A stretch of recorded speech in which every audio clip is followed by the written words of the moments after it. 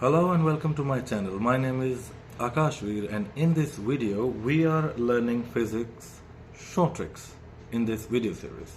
Okay, and this is trick number 5. In this trick we are learning Wheatstone bridge. Wheatstone bridge क्या होता है, कैसे P by Q is equal to R by S होता है, क्या होता है, let us know. आओ जानते हैं. और व्हीटस्टोन ब्रिज के और अलग अलग टाइप के जो डायग्राम होता है जिसमें समझ में नहीं आता क्या हो रहा है, उसके ऊपर भी अपन थोड़ा सा काम करते हैं. ठीक है, so let us start. Wheatstone bridge क्या होता है? एक ये ऐसा डायग्राम होता है पतंग जैसा, आपने देखा होगा. इसमें 4 रेसिस्टेंसेस होते हैं. ठीक है, और व्हीटस्टोन नाम का एक साइंटिस्ट था. उस साइंटिस्ट ने इसको बनाया था, खोज करी थी. क्या होता है इसके अंदर? ये आपका एक ईएमएफ सोर्स हो गया, यहाँ पर रेजिस्टेंस लगे हुए, ये P, ये Q, ये R, ये S वेरिएबल रेजिस्टेंस होता है. इसके बीच में यहाँ से एक ब्रांच जाती है और इसमें होता है एक गैल्वेनोमीटर. Okay, galvanometer. ये पॉइंट्स हो गए इसके A, B, C and D. A और C के बीच में पोटेंशियल डिफरेंस अप्लाई कर रखा है जो कि E है, और B और D के बीच में एक गैल्वेनोमीटर लगा रखा. अब होता क्या है कि जब इसमें करंट फ्लो करता है, यहाँ से करंट फ्लो करेगा, जब इसमें करंट फ्लो करके जाएगा इन ब्रांचेज में, जब करंट फ्लो करके जाएगा कुछ इधर जाएगा, ठीक है, और कुछ इधर जाएगा. मान लेते हैं इसका नाम I1 है, इसका नाम I2 है. I1 I2 गया. I1 I2 जाने के बाद यहाँ पर चला जाएगा I3, और I1 डिवाइड हो जाएगा किसमें? I3 एंड IG में. IG यहाँ आएगा. IG नीचे की तरफ भी आ सकता है, ऊपर की तरफ भी आ सकता है. अगर VB ज्यादा है तो ऊपर से नीचे आ जाएगा, और अगर VD ये वाला पोटेंशियल ज्यादा है तो नीचे से ऊपर की तरफ चला जाएगा. गैल्वेनोमीटर ऐसे भी आ सकता है, ऐसे भी आ सकता है. ठीक है, depending on the values of these resistances P, Q, R and S. Okay, अब होता क्या है इसमें? बैलेंस्ड कंडीशन बोलते हैं. बैलेंस्ड कंडीशन में क्या होता है? बैलेंस्ड कंडीशन में जो ब्रिज है उसमें जो गैल्वेनोमीटर है उस ब्रांच में करंट नहीं जाता है. यानी कि जो IG करंट है, IG ये G है, IG क्या होता है? IG 0 होता है. IG is equal to 0. अगर IG 0 हो गया तो आप डायग्राम में देखो I1 जो है ये I1 ही क्या बन जाता है? I3. I1 is equal to I3, और जो नीचे I2 जा रहा था वो किधर चला जाता है? वही बन जाता है I4. इस ब्रांच में क्या जा रहा था? I4. तो I1 I2 becomes I4, I2 is equal to I4 and I1 equal to I3. ठीक है, इसका थोड़ा सा एक बार डेरिवेशन देख लेते हैं. ठीक है, इसे समझ में आ जाएगा. देखो, जब रेसिस्टेंस, देखो ये वाला जो पॉइंट है यहाँ जिसमें जुड़े हुए हैं दोनों के दोनों, इस पॉइंट के ऊपर जो पहला पॉइंट है A, इस पॉइंट के ऊपर यहाँ पर एक रेजिस्टेंस जुड़ा हुआ है और एक यहाँ जुड़ा हुआ है. तो इन दोनों का यहाँ पर जो पोटेंशियल की बात करें, यहाँ वाला पोटेंशियल क्या है? सेम दोनों का.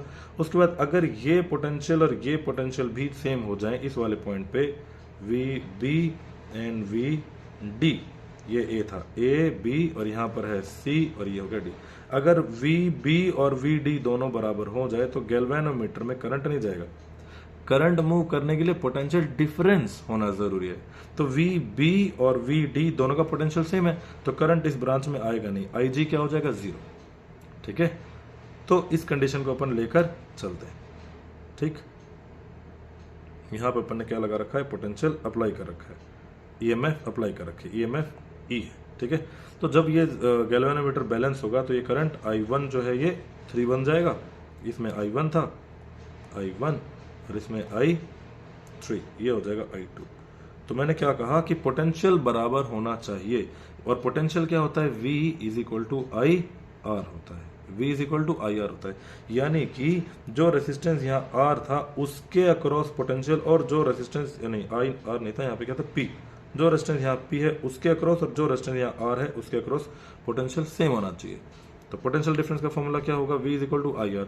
तो यहाँ पर जो I1 है, I1 into P is equal to I2 into R. I1P इसका पोटेंशियल, थोड़ा कलर चेंज करने का मेरे को, उससे समझ में आएगा. तो जो पी है, I1 जो है वो I1 इंटू पी, इस ब्रांच का पोटेंशियल डिफरेंस हो गया, और I2 यहाँ चला गया R के थ्रू, I2 इंटू R इसका हो गया, तो दोनों बराबर हो गए। ये अपनी इक्वेशन नंबर आ गई 1। आया समझ में? ओके, अब मैं क्या बोल रहा हूं कि क्योंकि ये बैलेंस है, क्योंकि दोनों करंट बराबर है तो बैलेंस हो गया। बैलेंस हो गया तो I1 I3 हो गया, I1 is equal to I3 और I2 is equal to I4, नीचे वाला I2 is equal to I4, I1 is equal to I3।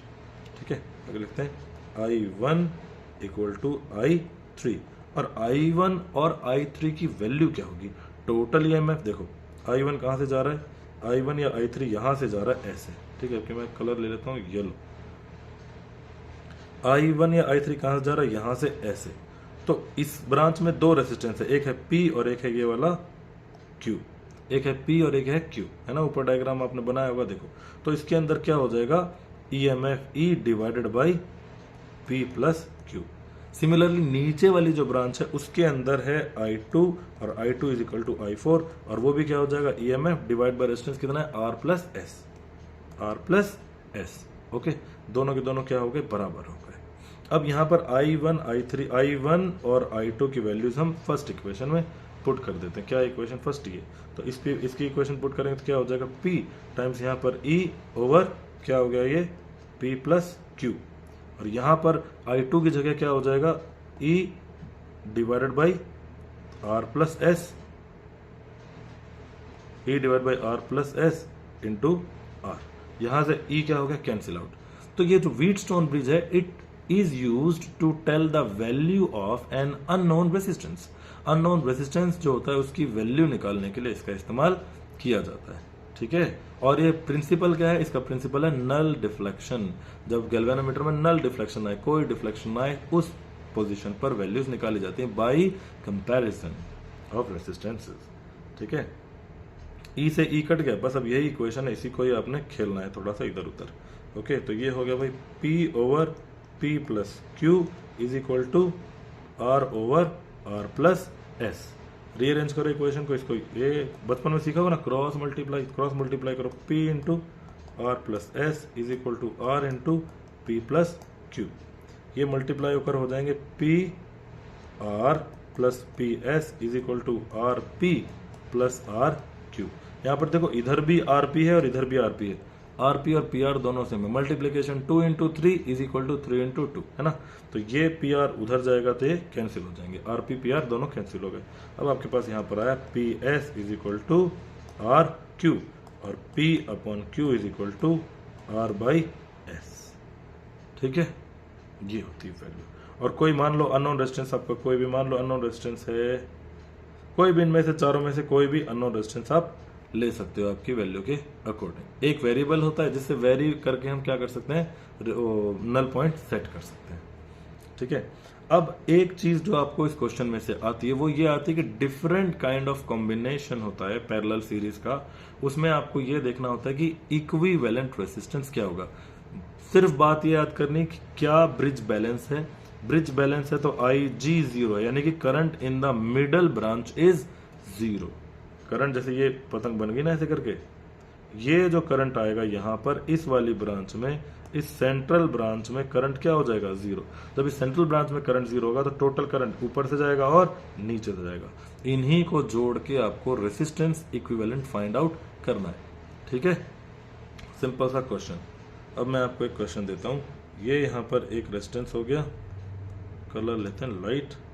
ये यहाँ पर एक रेजिस्टेंस हो गया जी 1, और एक यहाँ पर हो गया 2, एक यहाँ हो गया 3 और एक यहाँ हो गया 4, और एक रेजिस्टेंस। आपको जो इक्विवेलेंट रेजिस्टेंस वाला क्वेश्चन आएगा उसमें गैल्वेनोमीटर की जगह क्या मिलेगा, रेजिस्टेंस। अब देखो P की जगह मैंने क्या लिख दिया 2 ओम, और यहाँ पर Q की जगह में R की जगह क्या लिख दिया मैंने 3 ओम।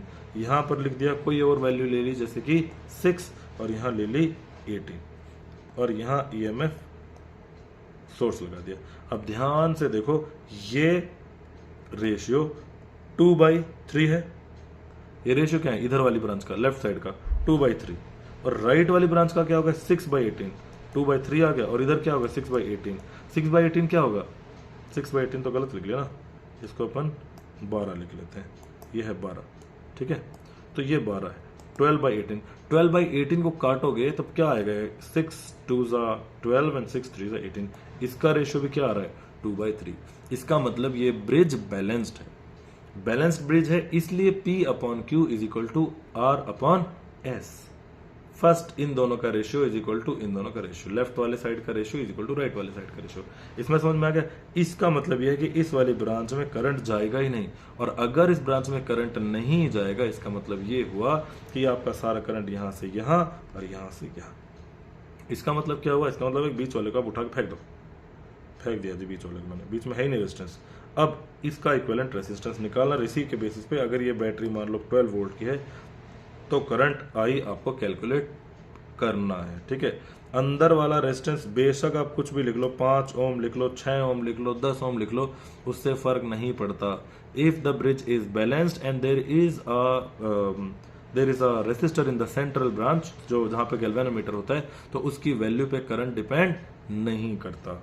आई बात समझ में। तो ये रेजिस्टेंस कितना हो गया सीरीज में 12 और 2 14, और नीचे वाली ब्रांच में कितना हो गया 18 और 3 21, तो 14 पैरेलल 21, ये हो गया रेजिस्टेंस, ठीक है। अब 14 पैरेलल 21, पैरेलल में क्या करते हैं, ऊपर प्रोडक्ट नीचे सम। अगर दो रेजिस्टेंसेस पैरेलल में है तो क्या करोगे, ऊपर प्रोडक्ट नीचे सम, ऊपर प्रोडक्ट नीचे सम, डरने का नहीं। तो ऊपर आ गया 14 × 21 और नीचे आ गया 14 + 21, ठीक है। तो ऊपर वाले को ऐसे ही छोड़ दो, 14 × 21 और नीचे हो गया 14 + 21 कितना होगा 35, ओके। 7 5 और 7 2, ये आ गया जी 42/5। टोटल रेजिस्टेंस 42/5 है, ठीक है। अब इसमें से अगर करंट पूछा जाए तो करंट क्या होगा, V/R, V/R, I is equal to V/I, R। तो V कितना है 12, इसको डिवाइड करो 42/5, 5/5 करोगे तो 5 ऊपर आ जाएगा, ओके। इसकी काटापीटी कर दो, जो आंसर है वही आंसर है करंट का। आया समझ में। तो ऐसा डायग्राम होता है और ये चेक करना होता है व्हीटस्टोन ब्रिज बैलेंस है या नहीं। इसके और मैं बताता हूँ कि ये जो पतंग जैसा शेप है इसमें तो हमें पता है कि व्हीटस्टोन ब्रिज है, कुछ और ऐसे शेप होते हैं जिसमें हमें समझ में नहीं आता ये व्हीटस्टोन ब्रिज है या नहीं है। जिसमें से जो सबसे पॉपुलर है वो मैं आपको दिखाता हूँ 2-3, ठीक है। पहला है ये 3 रेसिस्टेंस ऐसे लगे हुए हैं, ऐसा लग रहा है कि ये सीरीज में है, बट ये सीरीज में नहीं है। क्यों, अभी जोड़ रहा हूं ना, तसल्ली रखो। ऊपर से 2 के ऊपर यहां चला गया और नीचे 2 के ऊपर यहां चला गया। आप अगर ध्यान दोगे इन ब्रांचेस में तो ये क्या है, ये व्हीटस्टोन ब्रिज है। इनकी वैल्यू मैं फिर वही लिख लेता हूं, ये हो गया जी 3 2, ये हो गया 3 2/3, और इसका भी कर देते हैं 4/6। तो देखो, और यहां पर लिख दिया मैंने 5 ओम। तो ध्यान से देखो, अगर ये 2 ओम और 3 ओम है यहाँ पर, तो ये वाला 2/3 P/Q है, और इधर वाला 4/6 ये क्या है R/S। क्या इनका रेशियो बराबर, जो यहाँ जो रेजिस्टेंस है इस पॉइंट के बीच में, ये सेंट्रल गैल्वेनोमीटर वाली ब्रांच है, तो इसकी वैल्यू पर डिपेंड नहीं करेगा। अब इसका इक्विवेलेंट रेजिस्टेंस जो आप देखोगे वो ऐसे बनेगा। आप बीच वाले को इग्नोर कर सकते हो, ये ऐसे, यहाँ से ऊपर गया 2, यहाँ से नीचे 4, और ये वाला यहाँ से नीचे आया 3, और यहाँ से नीचे आया 6, जुड़ गया। बीच वाला मैंने छोड़ दिया, तो ये 2 3 और ये 4 6, तो ये सीरीज में हो गए 6 और ये सीरीज में हो गए 9। अब जो इक्विवेलेंट रेजिस्टेंस आएगा इस A और B पॉइंट के बीच में वो क्या आएगा 6 पैरेलल 9।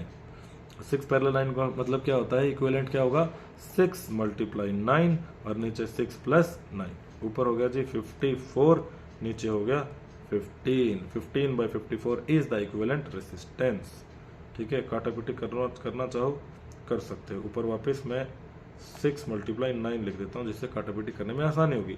3 5 15, 3 3 9, 6 3 18/5। 18/5 मतलब 5 3 15 and 5 6 30।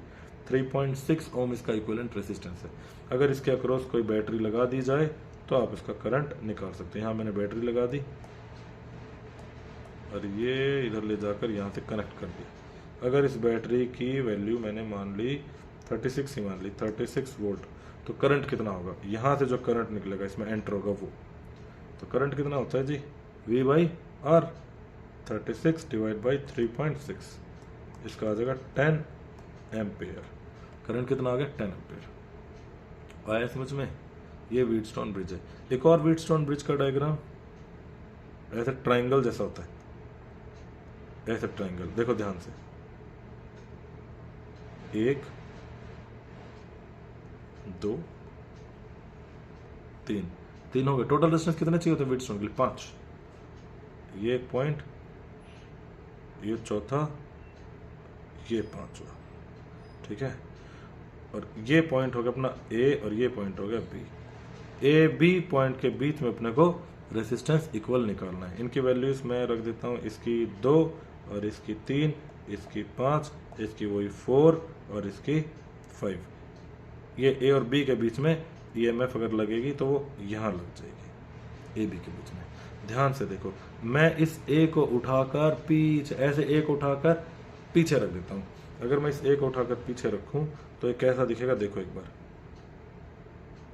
ये 5, इस ए को मैंने उठाया, ए पॉइंट को पीछे रख दिया, ए पॉइंट यहाँ पीछे का, अगर ए पॉइंट यहाँ पीछे आ गया तो ये आ गया जी 2 और ये आ गया 3, ये पॉइंट आ गया ए, ठीक है। और नीचे वाला क्या था? इधर 4 और इधर 6, और ये पॉइंट बी को मैंने यहाँ रख दिया। देखो ध्यान से, क्या फिर से वही वाली चीज हो गई कि नहीं हो गई? फिर से ये वही हो गया, ये हो गया 2/3 और ये हो गया 2/3। अगेन इसकी कोई वैल्यू नहीं रहेगी, इसकी वैल्यू पे डिपेंडेंसी नहीं रहेगी। टोटल इक्विवेलेंट रेजिस्टेंस इसका कितना आ गया? फिर से वही आ गया 54/15, जो कि कितना था? 18/5, जो कि कितना था? 3.6, ठीक है जी। ये दोनों बहुत फेमस हैं, डरने का नहीं, कीप शेयरिंग। डायग्राम दिखते ही you must see that it is a Wheatstone bridge, but you must know कहाँ से करंट एंटर हो रहा है, कहाँ से करंट लीव हो रहा है, ईएमएफ कहाँ लगी हुई है, ठीक है। इसी में एक और क्वेश्चन होता है व्हीटस्टोन ब्रिज के जैसा ही, मैंने जैसे बताया थोड़ी देर पहले, 1 रेजिस्टेंस, 2 रेजिस्टेंस, 3 रेजिस्टेंस। ये तीनों रेजिस्टेंस में अगर पहला और दूसरे के बीच में यहाँ लगा दी जाए, इसकी वैल्यू है मान लो 5, इसकी वैल्यू है 5, इसकी वैल्यू 5, और इसको यहाँ से ऐसे जोड़ दिया जाए, तो ये व्हीटस्टोन ब्रिज नहीं है। इसमें तीनों रेसिस्टेंसेस पैरेलल में है। कैसे पता है? देखते हैं। इस पॉइंट को मैंने बोल दिया ए, अगर ये वाला पॉइंट ए है तो ये वाला पॉइंट भी क्या होगा? इधर वाला, ये वाला पॉइंट, ये भी ए होगा, क्योंकि ये दोनों सेम ही वायर से तो कनेक्टेड हैं, तो दोनों का पोटेंशियल ए हो गया। और अगर मैं इस पॉइंट को बी बोलता हूं तो ये वाला पॉइंट जो है यहाँ पर आकर ये भी क्या हो गया? बी। तो पहला रेजिस्टेंस ए बी में कनेक्टेड है, और तीसरा रेजिस्टेंस ए बी में कनेक्टेड है, और बीच वाला रेजिस्टेंस भी ए बी में कनेक्टेड है, यानी कि ये पॉइंट ए, ये पॉइंट बी, ए बी। ये रेजिस्टेंस ए बी में कनेक्टेड, ये रेजिस्टेंस ए बी में कनेक्टेड, और तीसरा रेजिस्टेंस ए बी में कनेक्टेड। तीनों रेजिस्टेंसेस ए बी में ही कनेक्टेड हैं। और जब पैरेलल में रेजिस्टेंसेस कनेक्ट होते हैं जिनकी वैल्यू सेम होती है, तो उसका आंसर जो वैल्यू है वो, और जितने रेजिस्टेंस है उससे डिवाइड कर दो, 3, ठीक है। अगर n पैरेलल रेजिस्टेंसेस कनेक्टेड हैं तो रेजिस्टेंस की वैल्यू 1 की, क्योंकि सभी की वैल्यू बराबर है। पैरेलल में अगर सारे बराबर हो तो R, सभी की वैल्यू R है, डिवाइड बाई n रेजिस्टेंसेस है n, तो R इक्विवेलेंट क्या हो जाएगा? R by n। एक ये फॉर्मूला, ओके। तो ये दोनों ट्रिक हो गई, एक के अंदर एक व्हीटस्टोन ब्रिज से रिलेटेड और उसके जैसा दिखने वाले डायग्राम से रिलेटेड, और कुछ और डायग्राम जो व्हीटस्टोन ब्रिज हैं but they don't look like a Wheatstone bridge. You have to identify, उनको देखना है, पता करना है, okay. If you like this video, share करो अपने दोस्तों के साथ। और इसके जैसे और जो क्वेश्चन आपकी बुक में है, go open your book, chapter number 3, unit number 2, current electricity, chapter 3 open करो 12th में, देखो उसके अंदर व्हीटस्टोन ब्रिज से रिलेटेड क्वेश्चन कैसे कैसे हैं, and try to find out their answers, okay. अब एक क्वेश्चन मैं आपके लिए यहां पर कर रहा हूं, and that you have to write in the comment box below कि इसकी वैल्यू क्या होगी। 2 क्वेश्चन एक्चुअली में, एक क्वेश्चन हो गया ये, 1 2 3 4 5, यहां से करंट जाएगा और यहां से निकलेगा। आपको इस ए और बी के बीच में रेजिस्टेंस बताना है। इसकी वैल्यू है 3, इसकी वैल्यू है 6, इसकी वैल्यू है 5, इसकी वैल्यू है यहाँ पर 6, और इसकी वैल्यू है 12। You have to tell the value of R A B, ठीक है। और दूसरा क्वेश्चन हो गया ये, 1 2 3, ये इससे कनेक्टेड और ये इससे कनेक्टेड। इसकी वैल्यू है 5 ओम, इसकी वैल्यू है 6 ओम, इसकी वैल्यू 6 ओम, इसकी वैल्यू 6 ओम। यहाँ पर ये ए है और ये बी है। You have to calculate R A B in both the questions. Write in the comment box below and don't forget to subscribe if you are new. Have a good time ahead. Thank you very much. Keep preparing, डरने का नहीं। Okay, tricks ही काम आती हैं exam में, because time is very precious.